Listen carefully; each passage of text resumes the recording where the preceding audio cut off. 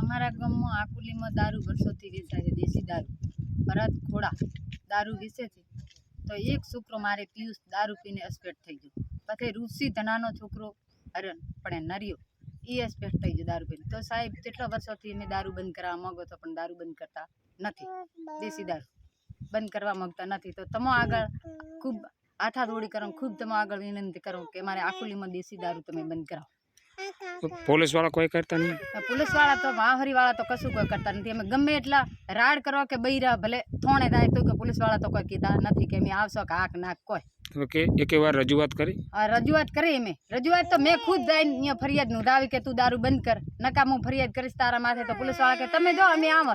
બસ આ બેન છે તો બેને એવી રીતે મને કીધું છે કે તમે જો નકામ અહીંયા આવો. એટલે અમે ફોનમાં બેનને કહો તો અમારો ફોન તો સરકારમાં જાય તો કે અમે ફરિયાદ કરો તો આવે તો કે ના આવે એમ કહો. સરકાર તો દારૂ તો બંધ કરાવે ને.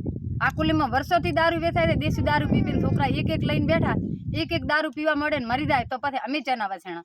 કેટલા જણ વેચે છે દેશી દારૂ? દેશી દારૂ ભરત ખોડા એક ગોમમાં ગણન, પછી ગોંગા વાઘા 2, દોના દીવરાજ 3 જણ દારૂ. હા 3 જણા વેચે દારૂ. દોના દીવરાજ ને ચિત્રે તો હું આવશું, ગોંગા વાઘા ને ચિત્રે હું આવશું, ભરત ખોડા ને ચિત્રે હું આવશું. મારું નામ છે નીલાબેન રેડીક ને બસ.